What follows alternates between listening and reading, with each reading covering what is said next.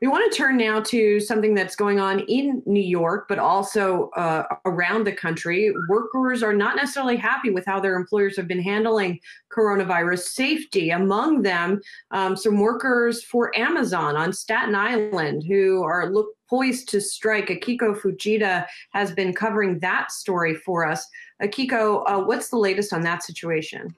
Yeah, Julie. So we're tracking two separate strikes today. One is at that Amazon facility that you pointed to. Nearly 100 workers is what we're hearing out of a facility of 4,500. So not a significant number, but essentially what they're demanding right now is for Amazon to shut down the facility and sanitize it completely and then offer paid leave while that facility is closed down. And the reason they're concerned is because an employee there tested positive for coronavirus last week. Now, at the time, Amazon had said that that person had been quarantined. They were going along with all the safety guidelines. But what we're hearing from these workers is that they simply don't feel comfortable showing up to work without the proper sanitation steps being taken. Now, separately, there is a national walkout that is happening among Instacart workers today. And that's pretty significant when you consider that the company just announced last week that they would be ramping up their hiring, an additional 300,000 employees they were looking to hire as a result of the increased demand. And what we're hearing from those workers is, once again, that they don't believe they're being protected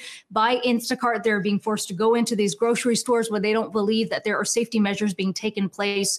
I should point out that I did get a statement from Instacart saying that they do hear these workers. They've now said they're going to be supplying each one of these workers with hand sanitizers that are now being developed by a third party they have partnered with. They've also said they're going to have 14 days paid leave for anybody who tests positive for the coronavirus. But I can tell you, Julie, having spoken to some of these workers, they believe they have leverage right now because of the demand, and they simply don't believe the company is acting quickly enough. Hey, Kiko, it's Dan. I just wanted to see, as far as the spectrum of kind of gig workers go, obviously Amazon separate from that, but you have Instacart. We were talking about Uber and Lyft prior to that, delivery drivers. Have you seen this as kind of an opportunity for them to come together and put their foot down and say, look, this is a time of crisis. This kind of shows the cracks in the system of the gig economy. We need to be satisfied as full-time workers. Do you think that that's something that's going to follow this?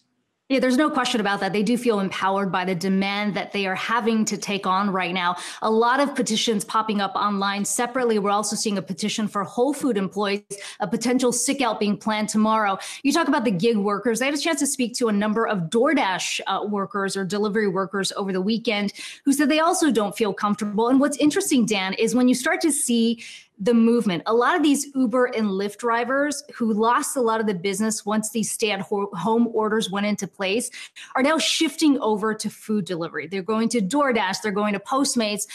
They're not able to make the kind of money they did with an Uber or Lyft, but they're also, one employee said, she's being asked to deliver these products, but she's going to restaurants where it's crowded with delivery workers. And she doesn't believe the guidelines that are being given by companies like DoorDash are sufficient enough. So I think it's an interesting dynamic that's playing out right now. On the one hand, these companies saying we're going to ramp up production to really help out all those people who are at home. And on the other hand, employees who are tasked with those deliveries saying, well, you got to look out for us first because we don't feel like we're being protected when we are being told we're essential workers right now. Akiko, thank you for bringing us that. And I imagine we will hear more from a wider swath of workers in the coming weeks. Appreciate it. Hey, investors, Zach Guzman here. Are you interested in learning more about the markets and getting the latest financial news? Well, then click right here to subscribe to our Yahoo Finance YouTube channel. Get the latest up-to-the-minute market analysis, big interviews in the world of finance, and information on how to manage your money every day wherever you are.